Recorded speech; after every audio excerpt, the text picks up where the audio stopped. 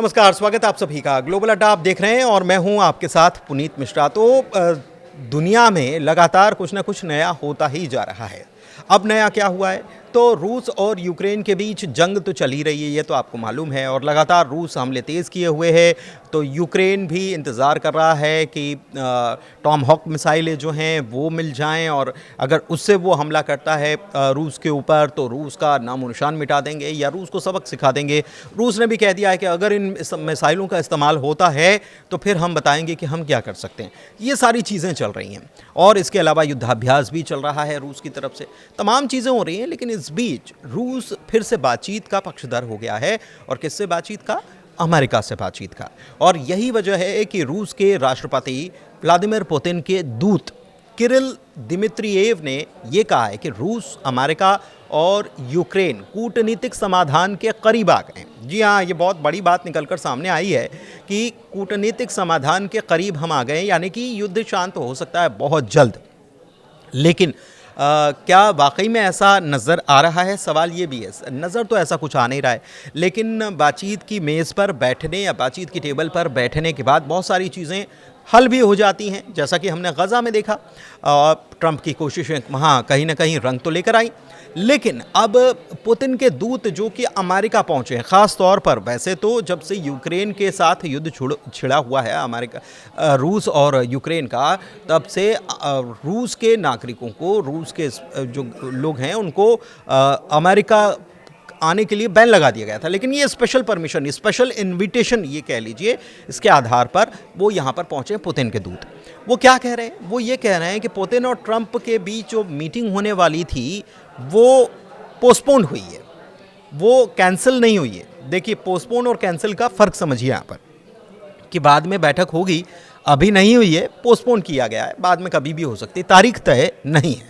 America पहुंचे तो उन्होंने ये भी कहा कि रूस पर जो बैन लगाने की कोशिश, या अमेरिका बैन लगाने की कोशिश कर रहा है या किया गया है अमेरिका की तरफ से, इसकी वजह से नुकसान होगा किसको? अमेरिका को ही।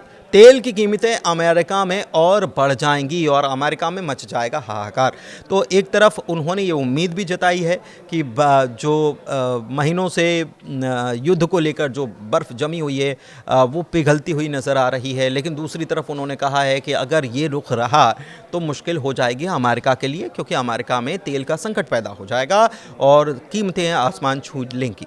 तो एक प्रकार से उन्होंने एक मैसेज देने की भी कोशिश की है कि वो केवल रूस के तेल की बात नहीं है, और भी रूस इतनी ताकत रखता है कि अगर उसके बिजनेस को नुकसान हुआ तो वो कई जगहों के बिजनेस को प्रभावित कर सकता है। शायद ये माना जा सकता है ये मैसेज देने के पीछे। अच्छा, यूक्रेन युद्ध को लेकर जो बर्फ़ जमी हुई थी उसके पिघलने की बात क्यों कही जा रही है? क्योंकि रूस के राष्ट्रपति व्लादिमीर पुतिन के एक स्पेशल मैसेंजर या दूत कह लीजिए, किरिल दिमित्रियेव इनका नाम है, इन्होंने ये कहा है कि रूस, अमेरिका और यूक्रेन एक कूटनीतिक समझौते के करीब पहुंचने के करीब आ चुके हैं। और दिमित्रियेव ये रूस के शीर्ष आर्थिक वार्ताकार भी रहे हैं। इसके पहले भी वो बातचीत के पक्षधर रहे हैं और अमेरिका से ख़ास तौर पर बातचीत के पक्षधर वो रहे हैं। शुक्रवार को पहुंचे थे अमेरिका, और अमेरिका पहुंचने से ठीक 2 दिन पहले रूस की 2 बड़ी तेल कंपनियों, जिनका नाम है रोज़नेफ्ट और लुकोइल, इस पर ट्रंप प्रशासन ने प्रतिबंध लगा दिए थे, नए प्रतिबंध लगाए थे। और इसको लेकर उन्होंने एक्स पर लिखा कि मैं यूएस और रूस से संवाद जारी रखने के लिए अमेरिका आया हुआ हूं। ये यात्रा पहले से तय थी और अमेरिकी पक्ष के निमंत्रण पर हो रही है, यानी कि अमेरिका ने ही हमें इनवाइट किया है, बुलाया है। CNN से बातचीत कर रहे थे दिमित्रियेव, और ये कहा उन्होंने कि ये मेरा मानना है कि रूस, अमेरिका और यूक्रेन अब एक वास्तविक कूटनीति समाधान के करीब हैं। राष्ट्रपति ज़ेलेंस्की का ये स्वीकार कर लेना कि अब मामला बैटल लाइन तक सिमट गया है, एक बड़ा कदम है। पहले वो रूस की पूर्ण वापसी की मांग कर रहे थे, लेकिन अब स्थिति बदल रही है। इसको समझिए। दरअसल ये बयान जो उन्होंने कोट किया है, उन्होंने क्या कहा है? उन्होंने कहा है कि राष्ट्रपति ज़ेलेंस्की, जो यूक्रेन के राष्ट्रपति हैं, वो ये मान रहे हैं कि अब ये मामला जो है बैटल लाइन तक ही आ गया, मतलब जहां जंग चल रही है वहां पर। पहले मामला क्या था कि रूस जितना दाखिल हो चुका है यूक्रेन के अंदर, उसको वो सारी ज़मीन जो पहले यूक्रेन की थी, वो सारी ज़मीन यूक्रेन को ही देनी पड़ेगी। यूक्रेन इस बात पर अड़ा हुआ था और रूस की सेना को वापस पीछे जाना होगा, उसकी सीमा में, उसकी जद में जाना होगा जो पहले वाली सीमा थी। लेकिन रूस किस बात पर अड़ा है? रूस इस बात पर अड़ा है कि हम जहां तक आ गए हैं वो हिस्सा हमारा, वो कब्जा, उस ज़मीन पर हमारा कब्जा, और उसके बाद अब फिर बातचीत करने के लिए मेज़ पर बैठते हैं।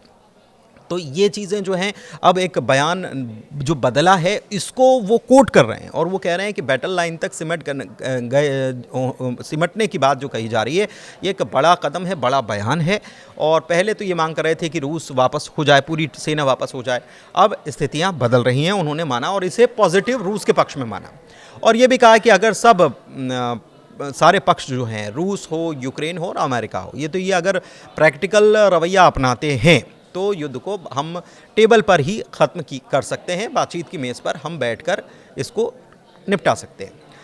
एक बात यह है कि पुतिन और ट्रंप की मीटिंग होने वाली थी, इसको लेकर उन्होंने क्या कहा? उन्होंने ये कहा है कि पुतिन और अमेरिकी राष्ट्रपति डोनाल्ड ट्रंप की एक आने वाली मुलाकात जो होने वाली थी वो हो नहीं पाई है, लेकिन आगे ये मुलाकात ज़रूर होगी। दरअसल आपको मालूम है कि ट्रंप ने बुडापेस्ट में तय मुलाकात को स्थगित करने की बात कही थी और ये कहा था कि वो बिना परिणाम वाली बैठक नहीं चाहते, मतलब ऐसी कोई मीटिंग नहीं चाहते जिससे कुछ निकले ना, जिससे कोई बातचीत या कोई हल ना निकल कर सामने आए। इससे पहले भी पुतिन और ट्रंप की मुलाकात हो चुकी है, लेकिन वो मुलाकात या वो बातचीत जो है वो बेनतीजा रही थी। तो ऐसे में ख़ास दूत अब गए हैं मुलाकात करने के लिए अमेरिका और बातचीत करेंगे।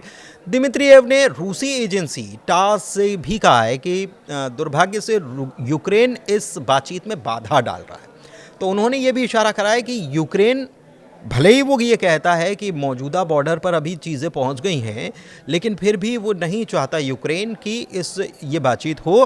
किसके कहने पर नहीं चाहता? ब्रिटेन और यूरोपीय देशों के कहने पर नहीं चाहता, क्योंकि ब्रिटेन और यूरोप के देश जो हैं, चाहे वो पोलैंड हो, चाहे वो फ्रांस हो या दूसरे देश हों, जर्मनी हो, दरअसल वो ये चाहते हैं कि ये युद्ध चलता रहे। वो अपने सहयोग करने के लिए भी पूरी तरह से राज़ी हैं और इसीलिए इनकी बातों में यूक्रेन आ गया है। तो वो ये चाहते हैं कि ये संघर्ष चलता रहे। और इसके अलावा दिमित्रियेव ने यह भी कहा है कि कदमों से अमेरिकी नागरिकों के लिए पेट्रोल की कीमतें और बढ़ जाएंगी। रूस के साथ आर्थिक सहयोग की संभावना अभी भी है, लेकिन तभी जब रूस के हितों का सम्मान किया जाए। तो एक प्रकार से उन्होंने वॉर्न भी कर दिया है। अमेरिका की ओर से जो ताज़ा प्रतिबंध लगाए गए, जिसमें रोजनेफ्ट और लुकोइल को निशाना बनाया गया, और ये दोनों कंपनियां रूस के कुल तेल उत्पादन का आधे से ज़्यादा हिस्सा निकालती हैं। तो इससे आप समझिए कि रूस के ऊपर एक दबाव बनाने की कोशिश ज़रूर की गई है, लेकिन पुतिन ये कह चुके हैं कि जो दबाव में आए वो देश ही क्या, तो हम दबाव में नहीं आने वाले। लेकिन फिर भी ये बातचीत की प्रयास जो किए जा रहे हैं, इससे क्या कुछ निकल कर सामने आता है? सवाल ये है कि पुतिन और ट्रंप के बीच बातचीत जो हुई है या डील जो हुई है, तमाम चीज़ें हो चुकी हैं, बहुत सारी चीज़ें तय हो चुकी हैं, लेकिन ऐन मौके पर यूक्रेन के राष्ट्रपति ज़ेलेंस्की जो हैं वो इनकार कर देते हैं। वो कह देते हैं कि मैं ज़मीन छोड़ने के लिए तैयार नहीं हूँ। और अभी भी ये बात कही जा रही है कि ब्रिटेन और तमाम यूरोपीय देश जो हैं वो नहीं चाहते हैं कि यूक्रेन के साथ रूस का युद्ध ख़त्म हो, क्योंकि उन्हें कहीं ना कहीं, जो विश्लेषक हैं वो भी ये मानते हैं कि अगर ऐसा कुछ हो जाता है और यूक्रेन की ज़मीन को रूस अपने कब्ज़े में ले लेता है जहां तक वो पहुंचाए, तो ऐसे में आने वाले वक्त में यूरोपीय देशों के लिए संकट खड़ा हो जाएगा। और उनको इसी बात का डर है, जो नेटो के भी सदस्य हैं, तो उनको इस बात का डर सताने लगा है कि अभी अगर यूक्रेन का नंबर है तो अगला नंबर पोलैंड का हो सकता है, और उसके बाद धीरे धीरे करके रूस अपनी बातों को, अपनी जिद पर अड़ा रहेगा और धीरे धीरे करके आगे भी कार्रवाइयाँ करता रहेगा। और ऐसे में इस वक्त रूस को रोकना बहुत ज़्यादा ज़रूरी है।